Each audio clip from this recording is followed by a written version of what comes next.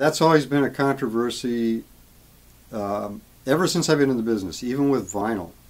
Even when it was only vinyl, everyone, all the producers, they always wanted their disc to be the loudest because they felt, well, that would create more attention.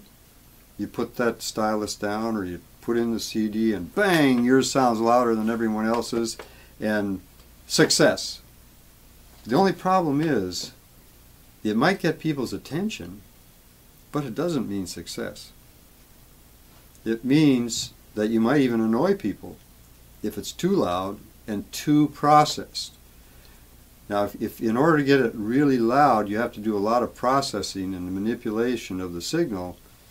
These processors have a byproduct of a type of distortion. And you're going to be taking this music now in a less musical direction. And it's going to start sounding much more mechanical. It's going to sound less humanized in a way, you might say. Yeah, you might get attention, but I hear this story all the time. So this record, I like the music in it, but I can't spend any time listening to it because it's annoying. You know, it's like all so compressed, there's no dynamics. It doesn't sound natural anymore. So I think what happens is you can't really sit with these things sometimes for a long time. The ones that are really slammed and really pushed way beyond what I think I'd like to do. I don't really believe in pushing things to an extreme to where it becomes way less musical. That's a judgment call. I mean, I want to be competitive.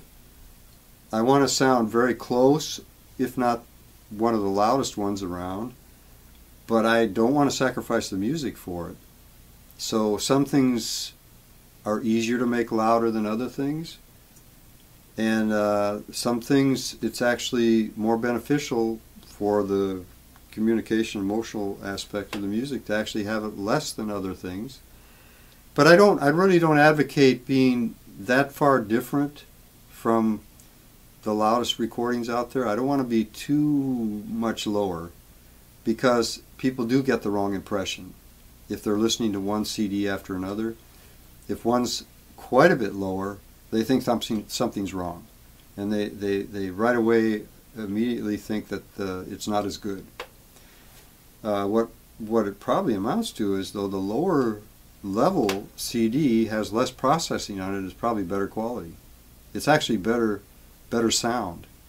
You just have to turn up your volume control, and that's the whole dilemma that we're in a lot of times.